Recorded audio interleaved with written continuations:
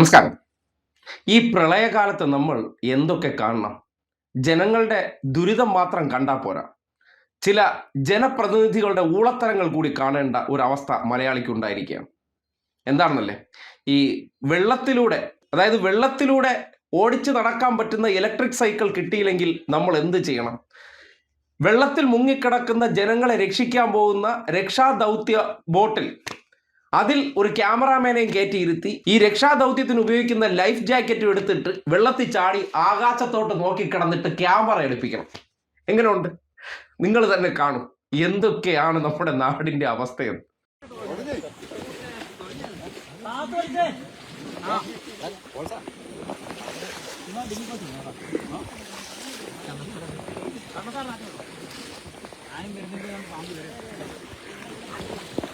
ഈ ഡ്രൈവിംഗ് അല്ല ടേക്ക്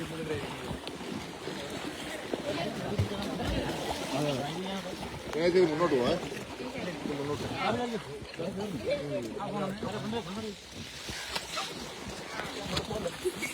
അങ്ങോട്ട് പോലെ അവിടെ കണ്ടാണേ കണ്ട കയറിട്ട് കൊടുത്തേ ഫ്രണ്ടിന്റെ കയറങ്ങോട്ട് ഇട്ട് കൊടുത്തേ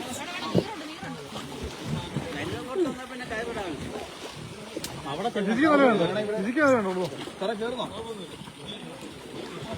ചെല്ലണം ഇത്ര സമയമായി ഇങ്ങോട്ട് മാറി വാ അവിടെ കുഴിയാ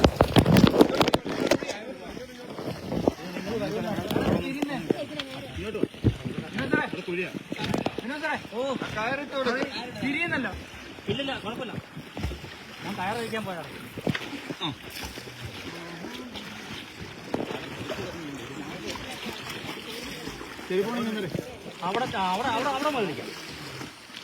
രക്ഷാദൗത്യത്തിന് പോണ ഉദ്യോഗസ്ഥരെ സംബന്ധിക്കുന്നിടത്തോളം ഇതിനെയും കൂടെ നോക്കി നോക്കി പോകാനേ പറ്റൂ. കാര്യം ക്യാമറാമാൻ എവിടെ ഇരുത്തിയിരിക്കുകയാണ്, ആ ഫൈബർ ബോട്ടിനകത്ത് പിടിച്ചിരുത്തിയിട്ട് വെള്ളത്തിൽ ഇറങ്ങി ആകാശത്ത് നോക്കി എന്തൊരു രക്ഷാപ്രവർത്തനമാണ് നടത്തുന്നത്. എൻ്റെ കർത്താവ്, നീ ഇതൊക്കെ കാണുന്നുണ്ടോ? ഒരു ഉമ്മൻചാണ്ടി എന്നൊരു മഹാനായ ഒരു മുഖ്യമന്ത്രി ഉണ്ടായിരുന്ന നാട്ടിൽ അദ്ദേഹത്തിന് ഒരു മകൻ ഉണ്ടായി.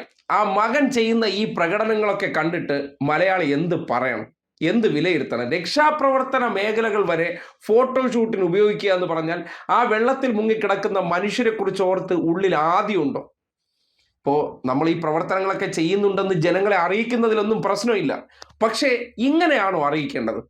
നേരെ വെള്ളത്തിൽ ചെന്നിരുന്ന് ഫോട്ടോ എടുപ്പ് ഒരു ക്യാമറാമാനെയും കൊണ്ട് എന്ത് ചെയ്യാണ്? നാട് നീളെ രക്ഷാദൗത്യമൊന്നുമല്ല, ഞാൻ ഇവിടേക്ക് ഉണ്ട്, വെള്ളത്തിൽ കിടന്ന് അറുമാദിക്കുകയാണെന്ന് നാട്ടുകാരെ കാണിക്കാൻ, റീൽസ് എടുക്കാൻ വേണ്ടി സമയം കണ്ടെത്തുക എന്ന് പറഞ്ഞാൽ വെള്ളത്തിൽ കിടക്കുന്ന മനുഷ്യരെ ആണോ ആദ്യം രക്ഷിക്കുക എന്ന പ്രയോറിറ്റി, അതോ ഈ ഊളത്തരത്തിനാണോ? ഇതിനെ ഊളത്തരം എന്നല്ലാതെ മറ്റൊരു വാക്കും പറയാൻ പറ്റില്ല. ഒരാൾ ആ വെള്ളത്തിൽ കിടക്കുന്നിടത്ത് പോയി ഇത് ചെയ്യുന്നുണ്ടെങ്കിൽ നമുക്ക് എന്ത് ചെയ്യാം?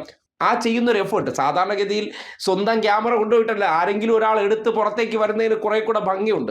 പിന്നെ ചെയ്യുന്നില്ലെന്നല്ല, ഇന്ന് PR പണിയുടെ കാലമായതുകൊണ്ട് തന്നെ ഞാൻ ചെയ്യുന്ന പ്രവർത്തനം, കാര്യം ഈ വീഡിയോയ്ക്ക് വേണ്ടി ചെയ്യുന്ന പ്രവർത്തികൾ, ആ പ്രവൃത്തി കാണുമ്പോഴാണ് ഒരു അരോചകം തോന്നുന്നത്. നേരത്തെ നിങ്ങൾക്കറിയാം, സത്യപ്രതിജ്ഞയ്ക്ക് പുതുപ്പള്ളിയിൽ നിന്ന് തിരുവനന്തപുരം വരെ 10-40 ലക്ഷം രൂപ വിലയുള്ള ഇന്നോവ ക്രിസ്റ്റ എന്ന ആഡംബര കാറിൽ പോയിട്ട് അവിടെ ഒരു വണ്ടിയും പിടിച്ച് സൈക്കിൾ എത്തിച്ചിട്ട് അതെടുത്തുകൊണ്ട് വന്ന് കുറെ ആൾക്കാരെയും കൂട്ടി ക്യാമറയും പിടിച്ചുകൊണ്ട് ഞാൻ സത്യപ്രതിജ്ഞയ്ക്ക് സൈക്കിളിൽ ഇതാ സിംപിളനായി പോകുന്നു എന്നൊരു ഫോട്ടോഷൂട്ട് നിങ്ങൾ കണ്ടതാണ്. അതിനെപ്പോലും മറികടക്കുന്ന ഇമാതിരി പ്രവർത്തനങ്ങൾ കൂടി പ്രളയ സമയത്ത് വെള്ളത്തിലിറക്കി കിടന്ന് കാണിക്കുന്ന ആ മനോഭാവത്തെക്കുറിച്ച് ആലോചിച്ചിട്ട് പൊന്ന് കർത്താവെ, ഒരു എത്തും പിടിയും കിട്ടുന്നില്ലെന്ന് മാത്രമേ പറയാനുള്ളൂ.